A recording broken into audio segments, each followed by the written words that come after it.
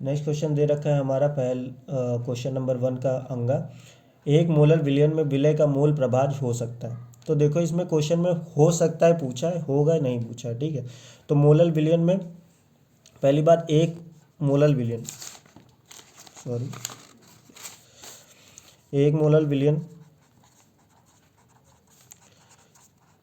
तुमने एक मोलर विलयन बनाया है तो इसका मतलब इसमें विलय भी, विलय लिया है तुमने और विलायक लिया है, और दोनों मिलाकर के कितना हुआ है, एक मोल हुआ है, ठीक।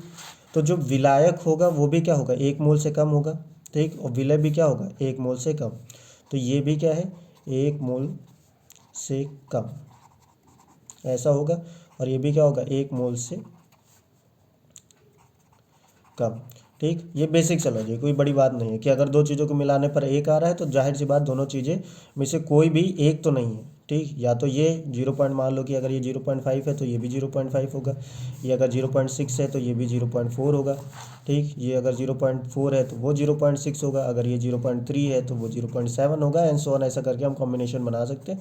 किसी भी कॉम्बिनेशन को अगर आप देखोगे तो सभी कॉम्बिनेशन में आपको क्या मिलेगा, वन आंसर मिलेगा, ठीक।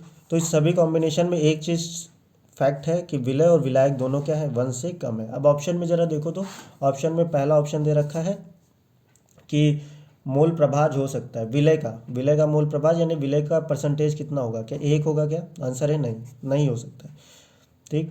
फिर उसके बाद खा दे रखा है 1.8 होगा क्या, तो आंसर है नहीं, खा भी नहीं हो सकता 1.8 क्योंकि एक से ज़्यादा है। तीसरा दे रखा है क्या 18 हो सकता है क्या, आंसर है नहीं, 18 तो और भी बहुत ज़्यादा है, तो उसके बारे में तो सोचने जैसा ही नहीं। डी क्या ऑप्शन दे रखा है, डी दे रखा है 0.018, एक से कम है, तो आंसर है हाँ हो सकता है। तो हमारा ऑप्शन नंबर होगा डी, द। Thank you.